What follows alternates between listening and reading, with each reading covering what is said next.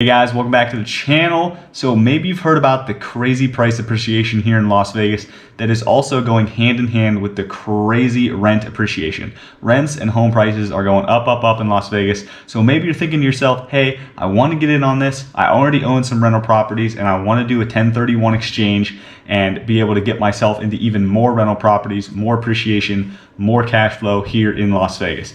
Well, good news for you is that this video is going to be all about 1031 exchanges, what they are, who does them, why they do them, how to do them, all that sort of stuff. And then at the end of the video, we're going to finish with some best practices about 1031 exchanges. So stay tuned for the whole video, guys, because you're going to get a lot of great information. If you don't already know, my name's Tom. I help people move to Las Vegas, and I talk about what it's really like to live here in Las Vegas. So if that's what you're interested in, please hit that subscribe button, like this video, and stay tuned for more content. With that, guys, let's jump right into this talk about 1031 exchanges and how you can use them in Las Vegas to really get into some great rental properties. So for everyone who doesn't know, a 1031 exchange is a way that you can legally defer taxes on real estate that you sell, as long as it's a rental property or some couple of other different types of property, and then you can use that money, that deferred tax-free income, and then you can use that in other places for other real estate opportunities to grow your cash flow, grow your appreciation, and really just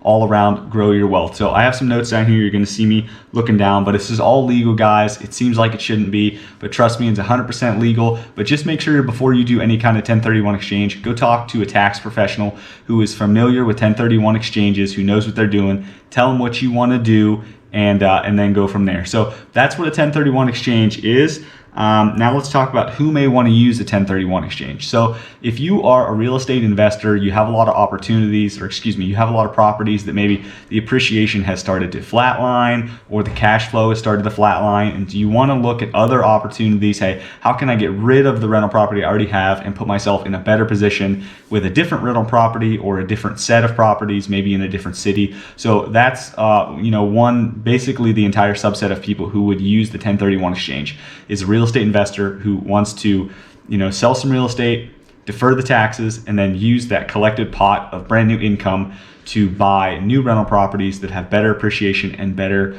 cash flow, wherever those properties may be.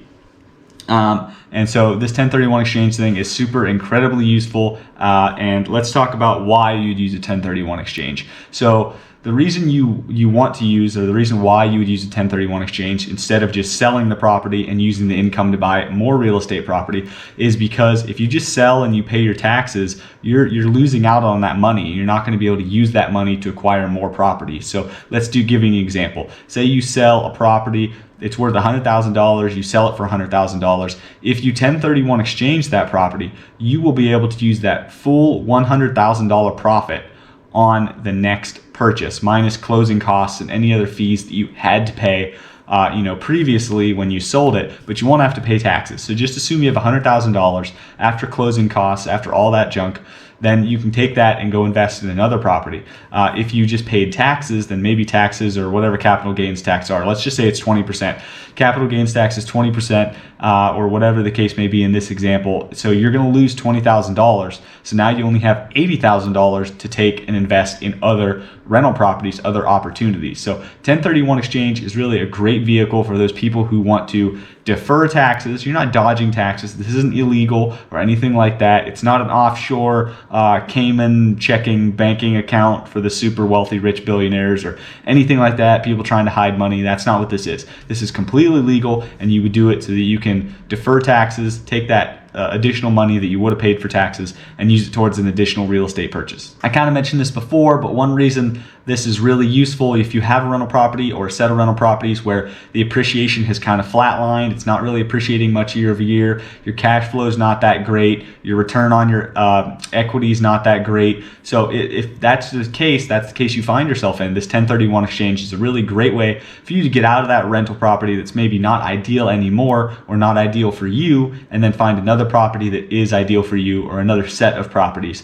that are ideal for you. So now you're probably asking yourself, that's great, Tom, but how do I perform a 1031 exchange? Well, the best place to start is by talking to the two people that you're going to need the most. One is a tax professional who knows the ins and outs of doing a 1031 exchange.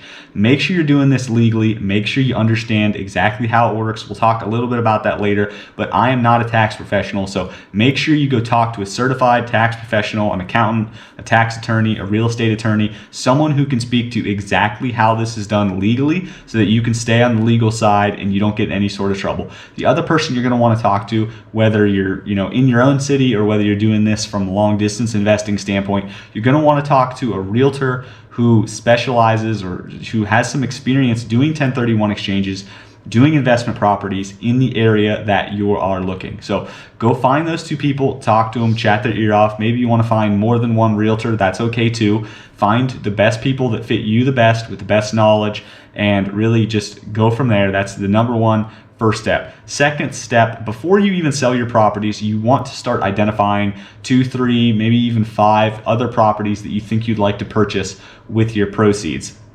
And the reason you want to do this before you sell is because you only have 45 days to identify property to 1031 exchange. So if you sell, in the next day is day 1, you have 45 days to identify a property. If you can't identify a property within that 45 days, then you're not going to be able to do your 1031 exchange. The next thing is to consider is once you identify property within that 45-day period, you then have an additional 180 days to then close on that property. So you are under a time crunch. You don't get, a year or 2 or 3. You can't defer taxes forever. You really only get about a 6-month window to do this. So make sure you know what your deals are. Or you think you know what your deals are going to be. Have them lined up. Know the financing in and out. Are you paying with cash? Are you going to do some rehab? All these different things, guys. Have all that lined up. Have your contractor do some walkthroughs. Make sure everybody's on the same page so that when you get your proceeds, you can immediately go into that purchase knowing that you've identified your property and you're going to close well before that 180 days. That way you won't be rushed. And you won't have any fear of not being able to do a 1031 exchange legally. And finally, guys, I just want to talk about some 1031 exchange best practices. These are going to be some things you want to make sure you do, you want to make sure you avoid, and this is all to help you guys. So if you have any more tips about 1031 exchanges, any questions, comments, concerns, please go down below in the comments section. Definitely post those down there for other people to see, or feel free to reach out to me. My cell phone number and my email are down in the description. So if you have anything you don't want to put in the comments section, but you do want to send my way, just reach out with the number below. So that first best practice we're going to talk about is going to be don't 1031 exchange a property with like an additional upside. So maybe this is like a paid laundromat that comes with the property, or the ability to build a second home or third home on the property, something like that, guys. You don't want to necessarily 1031 exchange those properties unless you're getting maybe a really great deal, or you're replacing that upside with a different upside or some kind of other upside in kind. Upsides can be a huge advantage, a huge reason for other investors to want to purchase your properties, and they're really a big bargaining chip. So unless you really have to get out of that property with the additional upside, or maybe you can take advantage of the upside with your financial situation, or whatever the case may be, guys, just consider that. If your property has a specific upside that most properties in the area do not have, then definitely think twice, think long and hard about whether you want to 1031 exchange that property.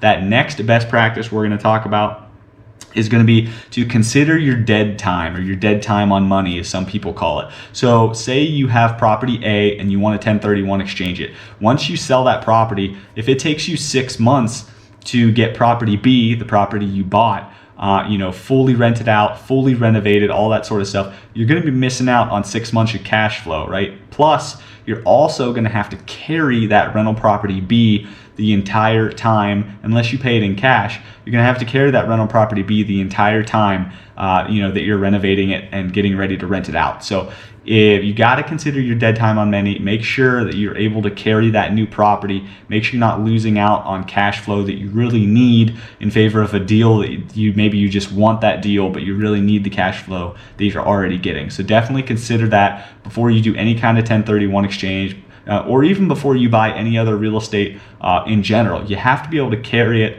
until you have somebody else paying that bills, and you're bringing in that cash flow. That third best practice is going to be considering your end goal. 1031 exchanges are a really awesome vehicle, but many times If you have a large portfolio, even if you have a small portfolio, you're a smaller investor, 1031 exchanges, cause you to do a lot of research constantly.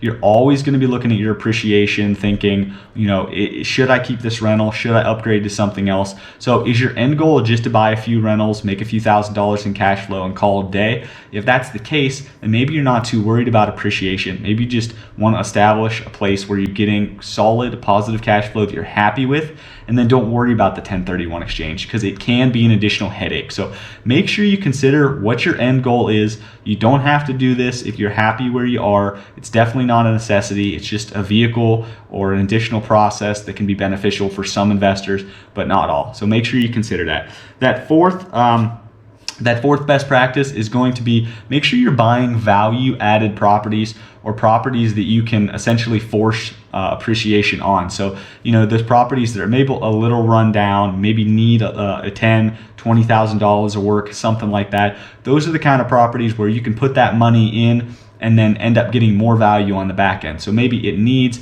$20,000 worth of work and you put that $20,000 in, but then you have it appraised and it's actually worth an additional $35,000. Well, you just got an additional $15K in equity, all because you forced some appreciation onto that house. And then plus everyone else in the neighborhood is going to be happy with you as well. So try to find those deals that are, really the best deals to help your money go as far as possible. Force that appreciation, force the value up so you're walking into equity as soon as possible, as much equity as soon as possible. That's really the name of the game, guys. The more equity you have, the easier it is to do a 1031 exchange and the more beneficial it is to you as an investor. So the more equity you can get on day one or day two, whatever that day may be, the better. Last but not least, guys, number 5 best practice is going to be always speak to a tax professional and a realtor. I know we talked about this earlier, but people get into hot water really quick in real estate by not understanding the laws, not understand, or both local, federal, state, all that sort of stuff, IRS laws, and bylaws for the HOA, whatever it might be. People get into trouble with real estate real quick by not understanding those, and that's why you have to talk to a tax professional and you have to talk to a realtor. These are the two people that are really going to make sure that your business, that your investment portfolio is not put in risk, is not put in any kind of hot water, that you're not breaking any rules or the law or anything like that. So make sure you talk to these people. I know when you're selling a property, guys, and you're paying a realtor, that's probably going to come out of your proceeds, 3, 4, 5, 6%, depending on the deal that you sign with the realtor. But trust me, if you find a good realtor or a good set of realtors, maybe a team who really work their butts off to make sure that your investment portfolio is maintained, to really work your butts off to find you new properties, to help you sell the properties that you have, it's definitely worth it, guys, because it's one less thing you have to do, and they're the experts. Let them do the job, let them do the best job they can so that you and your business can thrive where you are, and you can focus on what you need to focus on, they can focus on what they need to focus on.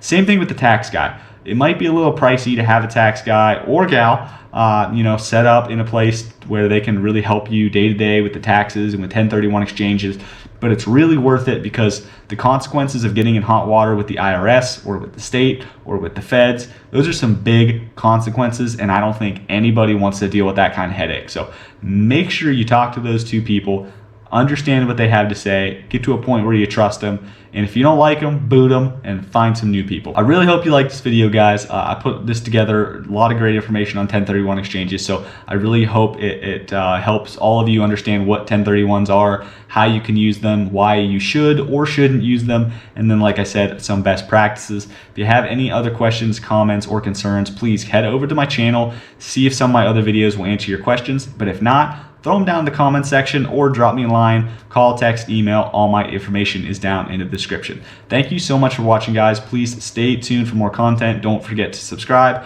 and don't forget to smash that like button and that notification bell so you get notified every single time I put out a new video. Thanks, y'all. Have a great day.